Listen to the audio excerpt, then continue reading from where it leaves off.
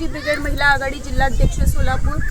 नसरापूर प्रकरणातील जो आरोपी आहे भीम्या कांबळे, तर त्याला आज सत्र न्यायालयाने फाशीची शिक्षा सुनावली आहे। त्याबद्दल आम्ही सर्व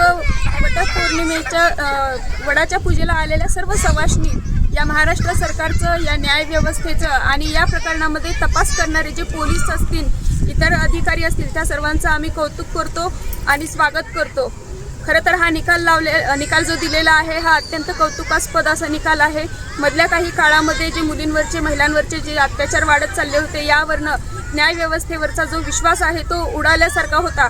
परंतु जो न्यायालयाने जो निकाल दिलेला आहे तो अत्यंत न्यायप्रिय असा निकाल आहे। याच्यापूर्वी सुद्धा श्रद्धाला जो आहे तो न्याय मिळालेला नव्हता, परंतु आज भीम्या कांबळेला फाशीची शिक्षा सुनावून या राज्य सरकारने, या न्याय व्यवस्थेनं खऱ्या अर्थाने श्रद्धाला आणि नसरापूर प्रकरणातील छोटी बालिका असू द्या किंवा इतर ज्या बालिका असू द्या, या अशा अत्याचाराने पीडित त्या सर्वांना आज न्याय दिल्यासारखा आहे। परंतु या माध्यमातून न्याय व्यवस्थेला आणि महाराष्ट्र शासनाला आम्ही विनंती करत आहोत की हा जो निकाल दिलेला आहे ह्याची तात्काळ अंमलबजावणी करण्यात यावी, कारण ही जर अंमलबजावणी तातडीने केली तर इथून पुढं असे अत्याचार करताना हे जे अत्याचारी आहेत ते 10 वेळा विचार करतील।